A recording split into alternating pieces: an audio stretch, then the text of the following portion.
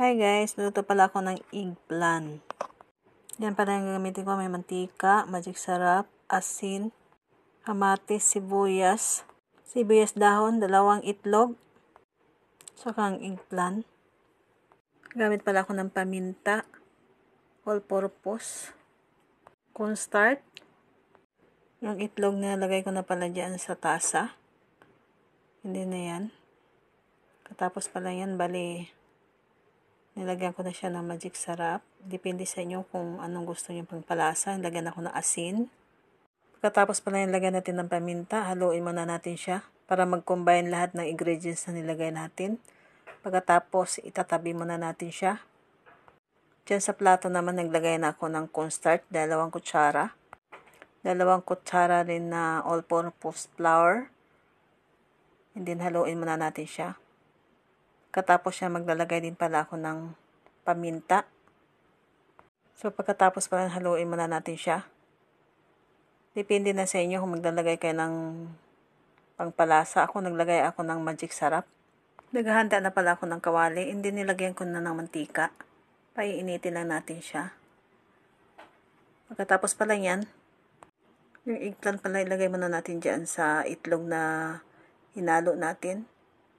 Then pagkatapos pala natin nilagay natin dyan, ilagay muna natin siya sa harina. Hindi na yan. Baliktarin. Tapos balik ulit doon.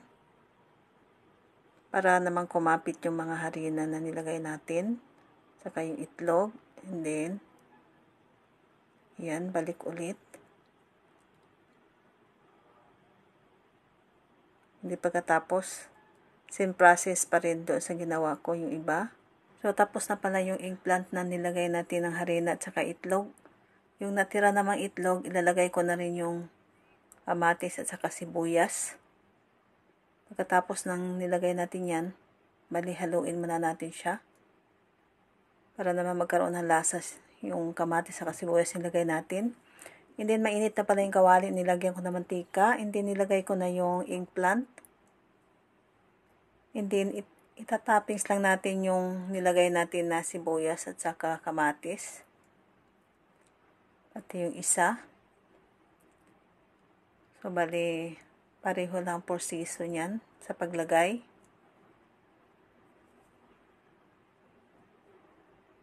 And then, pagkatapos pala niyan, baliktarin natin yung isa na una. Yan, binabaliktad ko na. Pati yung isa, baliktarin muna natin.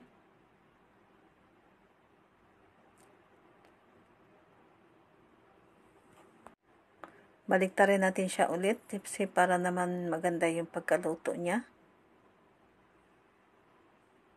Pag medyo okay na yan, naglagay na pala ako ng towel dyan sa plato.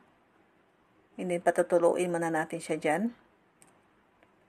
So, sa isa naman, bali, same process pa rin siya. Ilagay na natin lahat yan. Bali pala yung ginawa ko, bali 3 piraso lang.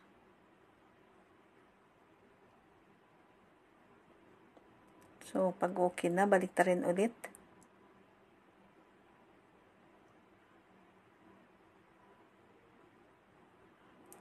Then, pag okay na siya, tanggalin na natin. So, luto na ang ating eggplant. Thank you for watching, guys.